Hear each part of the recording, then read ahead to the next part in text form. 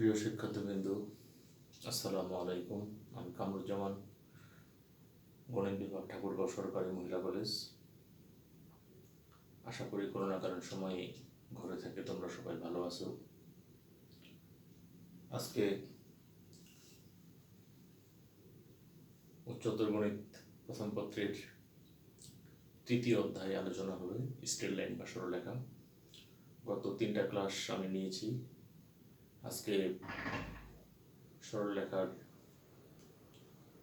অন্তর্বিভক্তিকরণ সূত্র এবং বহির্বিভক্তিকরণ সূত্র সম্পর্কে আলোচনা করা হবে। আমরা অন্তর্বিভক্তিকরণ সূত্রে যাব। অন্তর্বিভক্তিকরণ সূত্র: যদি আর xy বিন্দুটি p x1 y1 এবং q x2 y2 বিন্দুর সংযোগ রেখাকে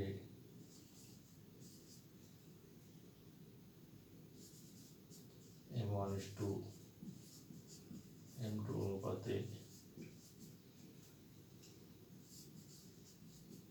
অন্তর্বিভক্ত করে, তবে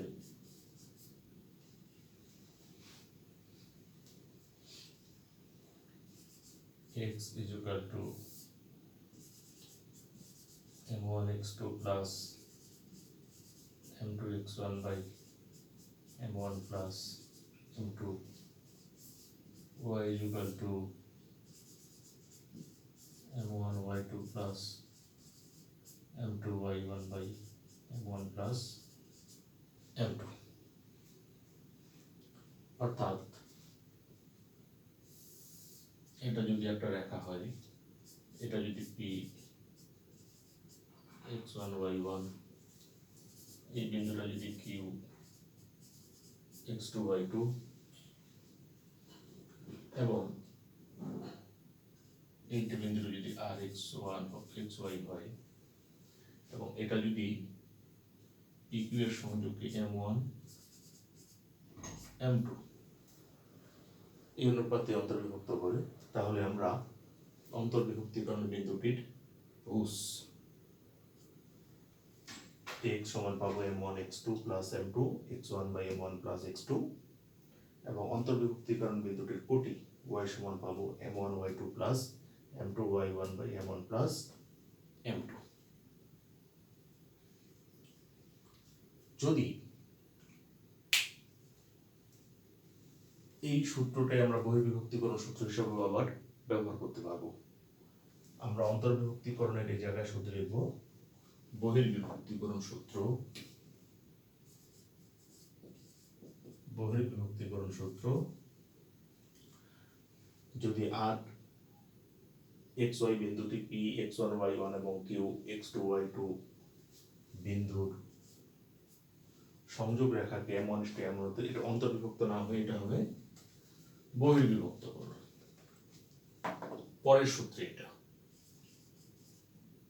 বহির্বিভক্ত করে, তবে x আমরা প্লাস গুলাতে কি করে দেব, মাইনাস করে দেব। এটা মাইনাস, এটা মাইনাস, এটাও মাইনাস, এটাও মাইনাস। অর্থাৎ আর বিন্দুটা যদি pq এর মধ্যবর্তী অংশে না হয়ে pq এর বাইরে হয়, অর্থাৎ আমরা রেখা ধরে নিলাম, এই বিন্দুটা হলো p x1 y1, এই বিন্দুটা হলো q x2 y2, আর বিন্দুটা যদি এই জায়গায় অবস্থান করে আর xy এবং এই বিন্দুটা p বিন্দুকে m1 এবং কিউ বিন্দুকে m2 এই অনুপাতে যদি বহির্বিভক্ত করে তখন আমরা পাবো x is equal to m1 x2 minus m2 x1 by m1 minus m2 ভুজ সমান পাবো, এই বিন্দুটার ভুজ সমান পাবো, সরি এই বিন্দুটার ভুজ সমান পাবো আর বিন্দুটার, এবং কোটি সমান y সমান পাবো m1 y2 minus m2 y1 m1 minus m2, অর্থাৎ এইটুকু অংশ অন্তর্বিভক্তিকরণের ক্ষেত্রে, এবং সেই ক্ষেত্রে মাইনাসগুলো হয়ে যাবে প্লাস, আর এইটুকু অংশ বহির্বিভক্তিকরণের ক্ষেত্রে সেক্ষেত্রে প্লাসগুলো, অন্তর্বিভক্তিকরণের যে প্লাসগুলো ছিল সেগুলো আমরা মাইনাস করে দেব। দুটো সমস্যার মাধ্যমে আমরা একটু ক্লিয়ার হয়ে যাই। দুটো অঙ্ক করবো আমরা।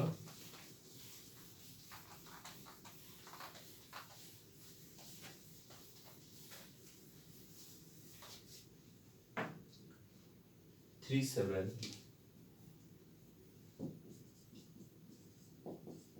seven এবং 610 বিন্দু দ্বয়ের সংযোগ রেখাকে যে বিন্দুটি 2:1 অনুপাতে অন্তর্বিভক্ত এবং বহির্বিভক্ত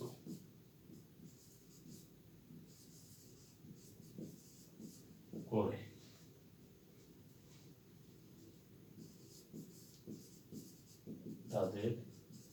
তার স্থানাঙ্ক, তাদের হবে না, তার কারণ আমরা একবার অন্তর্বিভক্তিকরণ আর একবার বহির্বিভক্তিকরণের ক্ষেত্রে বের করব। তার স্থানাঙ্ক কত? এখানে দুটো ফর্মুলার দুটোই দেওয়া হয়েছে, একটা অন্তর্বিভক্তিকরণ আর একটা বহির্বিভক্তিকরণ। অন্তর্বিভক্তিকরণের ক্ষেত্রে ফর্মুলাতে প্লাস বসবে, বহির্বিভক্তিকরণের ক্ষেত্রে ফর্মুলাতে মাইনাস বসবে। আমরা একটু সাজিয়ে নেব। এখানে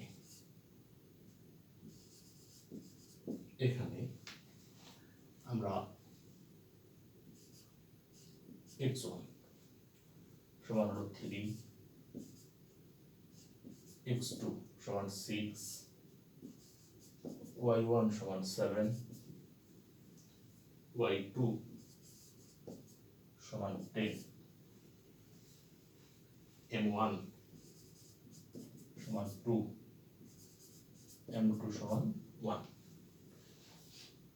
এটা x1 y1 x2 y2 এবং এটাকে আমরা ধরতেছি m1 is to m2। আমরা এই হিসাব করলে এভাবে সাজিয়ে নিয়েছি। ধরি অন্তর্বিভক্তিকরণ বিন্দুটির স্থানাঙ্ক আলফা বিটা ধরে নিলাম আমরা। অর্থাৎ আমরা যে চিত্রটা এঁকেছিলাম এরকম, এখানে দুটো বিন্দু, একটা 3-7 আর একটা বিন্দু 6-10। যে বিন্দুটি 2:1 অনুপাতে, বলা হচ্ছে আপাত দৃষ্টিতে 2:1 অনুপাতে, এটা 2 এটা 1, যে বিন্দুটি, এই বিন্দুটি is equal to what? এর স্থানাঙ্ক বের করতে হবে। যে বিন্দুটি, এখানে একটা বিন্দু স্থাপন করলাম, যে বিন্দুটি 3-7 এবং 16 বিন্দুর সংযোগ রেখাকে 2:1 অনুপাতে, এই ভাগটা 2 ভাগ আর এই ভাগটা 1 ভাগ, 2:1 অনুপাতে অন্তর্বিভক্ত করে তার স্থানাঙ্ক বের করব। আমরা ধরে নিলাম যে এটার স্থানাঙ্ক কত ধরে নিলাম? Alpha beta. অতএব আলফা m1 x2, m1 কত? m1 x2 plus m2 x1 by m1 plus m2 সমান 15 3 5 beta m1 y2 m2 y1 m1 plus m2 27 3 9 অর্থাৎ আমরা এখানে আলফা বিটার মান পেলাম 5 9 আমরা অলরেডি বিন্দুটা পেয়ে গেলাম সুতরাং অন্ত বিভক্তি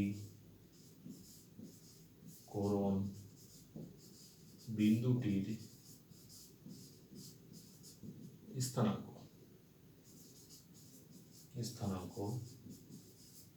কত পেলাম আমরা 5 9 আমরা এই অঙ্কটাই আবার বহির্বিভক্তিকরণ ফর্মুলা দিয়ে করব আমি বলেছিলাম যে বহির্বিভক্তিকরণ ফর্মুলাতে প্লাসগুলো কি হয়ে যাবে মাইনাস হয়ে যাবে আচ্ছা বহির্বিভক্তিকরণ জিনিসটা কিরকম হবে এটা অন্তর্বিভক্তিকরণের ক্ষেত্রে এবার আমরা বহির্বিভক্তিকরণের চিত্রটা কিরকম হবে আপাত দৃষ্টিতে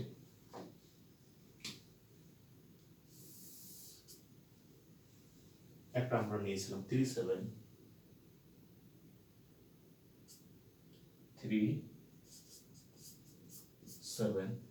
আর একটা নিয়েছিলাম 16 আর বিন্দুটি আর সরি এই আর বিন্দুটি 37 এবং 16 বিন্দুদের সংযোগ রেখাকে যদি কত ইস্টু কত 2:1 অর্থাৎ এইটুকু হচ্ছে 2 আর আর বিন্দু থেকে এটুকু হচ্ছে 1 2:1 অনুপাতে কি করে বহির্বিভক্ত করে যদি 2:1 অনুপাতে বহির্বিভক্ত করে তাহলে এর স্থানাঙ্ক কত আমরা এখন প্লাস গুলাতে কি করে দেব মাইনাস করে দেব তাহলে প্লাস এখানে মাইনাস করে দেব এই প্লাসটা মাইনাস করব এই প্লাসটা মাইনাস করব মাইনাস মাইনাস মাইনাস মাইনাস যদি হয়ে থাকে তাহলে এই অংশটুকু আমাদের চেঞ্জ হয়ে যাবে এই অংশটুকু চেঞ্জ হবে কি চেঞ্জ করতে হবে আমাদের এখানে হিসাবে আসবে 6 × 12 থেকে যদি আমাদের 3 চলে যায় তাহলে 9 আর এখানে হলো 1 তাহলে আসলে হলো 9 আর এখানে কত হবে 20 থেকে যদি 7 চলে যায় তাহলে 13 আর এখানে হলো 1 অর্থাৎ 13 সুতরাং এটা হচ্ছে বহির্বিভক্তিকরণ বিন্দুটির স্থানাঙ্ক দাঁড়াবে তো অন্তর্বিভক্তিকরণ হচ্ছে ছিল 5 9 এবার বহির্বিভক্তিকরণ হবে 9 এবং 13 এটা হলো বহির্বিভক্তিকরণের ক্ষেত্রে বললাম আর যখন অন্তর্বিভক্তিকরণ ছিল তখন এগুলো প্লাস ছিল ফর্মুলা অনুযায়ী আর বহির্বিভক্তিকরণের ক্ষেত্রে আমরা এটা কি করে দিলাম মাইনাস করে দিলাম এখন আমরা মধ্যবিন্দুর স্থানাঙ্ক বের করব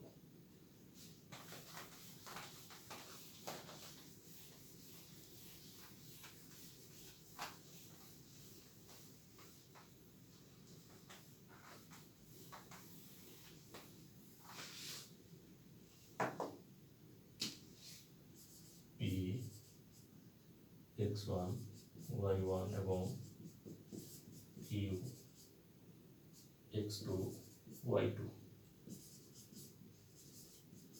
বিন্দু দ্বয়ের সংযোগ রেখাকে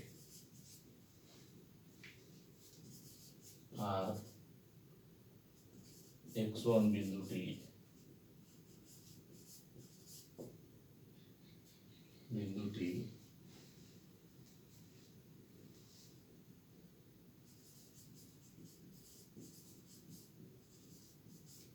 মধ্যবিন্দুতে অবস্থিত হলে, অর্থাৎ m1 সমান m2 হলে, অর্থাৎ অনুপাতটা যদি সমান সমান হয়। কিরকম? আমরা যদি p x1 y1 q x2 y2 বিন্দুটা যদি ঠিক মাঝামাঝিতে অবস্থান করে, ঠিক মধ্যবিন্দুতে, এখানে যদি r হয় xy হয়, অর্থাৎ এটা হলো m1, এটা হলো m2, যেখানে m1 সমান m2 মধ্যবিন্দুতে হয়, তাহলে r বিন্দুর ভুজ x1 plus x2 by 2 y সমান y1 প্লাস y2 বাই 2, অর্থাৎ r xy সমান x1 plus x2 by 2 y1 plus y2 by 2।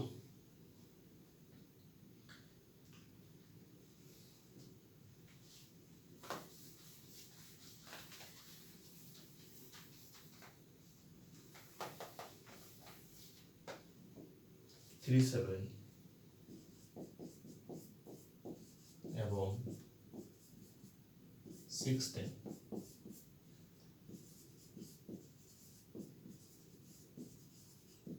বিন্দুদ্বয়ের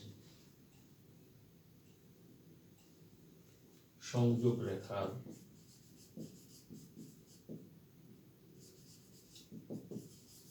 মধ্যবিন্দুর স্থানাঙ্ক কত? তাহলে কি করবো আমরা এখন?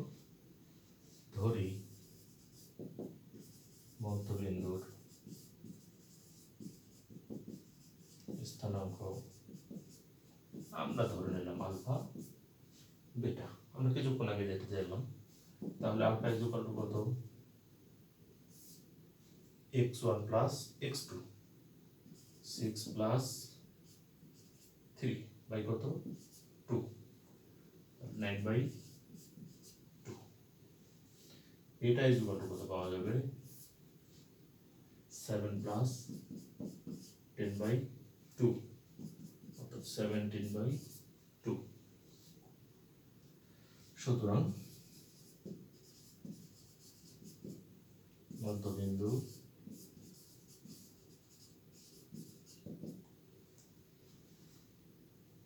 স্থানাঙ্ক